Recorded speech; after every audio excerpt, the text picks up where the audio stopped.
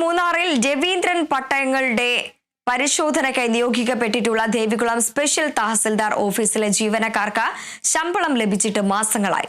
4 മാസത്തോളമായി ശമ്പളം മുടങ്ങിക്കിടക്കുന്നുവെന്നാണ് പരാതി. ഓണം തൊട്ടരികിലെത്തിയിട്ടും ശമ്പളം ലഭിക്കാതായതോടെ ഈ ഓണക്കാലവും വറുതിയിലാകുമെന്ന് റവന്യൂ ജീവനക്കാർ പറയുന്നു. ഈ ഓണക്കാലത്തും ശമ്പളം ലഭിക്കാതായതോടെ പ്രതിസന്ധിയിലൂടെ കടന്നുപോകുകയാണ് മൂന്നാറിൽ രവീന്ദ്രൻ പട്ടയങ്ങളുടെ പരിശോധനയ്ക്കായി നിയോഗിക്കപ്പെട്ടിട്ടുള്ള ദേവികുളം സ്പെഷ്യൽ തഹസിൽദാർ ഓഫീസിലെ റവന്യൂ ജീവനക്കാർ. കഴിഞ്ഞ 4 മാസത്തോളമായി ഇവർക്ക് ശമ്പളം ലഭിച്ചിട്ടില്ല. ഓണക്കാലത്തെങ്കിലും ശമ്പളം ലഭിക്കുമെന്നായിരുന്നു ഇവരുടെ പ്രതീക്ഷ. എന്നാൽ തിരുവോണത്തിന് ഇനി ദിവസങ്ങൾ മാത്രം ശേഷിക്കെ ശമ്പളം എത്താനുള്ള സാധ്യത മങ്ങിയതോടെ ഈ ഓണക്കാലം നിറമങ്ങിയതാകുമോ എന്ന ആശങ്ക ജീവനക്കാർ പങ്കുവയ്ക്കുന്നു. പോയ മാസങ്ങളിൽ ശമ്പളം ലഭിക്കാതെ വന്നതോടെ പലരും കടം വാങ്ങിയും മറ്റുമാണ് കാര്യങ്ങൾ മുന്നോട്ട് കൊണ്ടുപോയത്.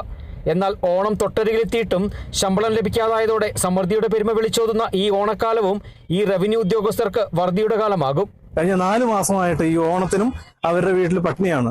നമ്മൾ ബാക്കിയുള്ള എല്ലാ ഓഫീസിലും ശമ്പളം കിട്ടിയിട്ടും ഇതുവരെയായിട്ടും ഇന്ന് വരെ അവർക്ക് ശമ്പളം കിട്ടാനുള്ള ഒരു നടപടിയും സ്വീകരിച്ചിട്ടില്ല. ഇതിനെതിരെ ശക്തമായ പ്രതിഷേധം സംഘടിപ്പിക്കുകയാണ്. ഓണത്തിന് മുമ്പ് ഞങ്ങൾ പട്ടിണി സമരം ഉൾപ്പെടെയുള്ള സമര പരിപാടികളുമായിട്ട് മുന്നോട്ട് പോകാനാണ് തീരുമാനിച്ചിട്ടുള്ളത്.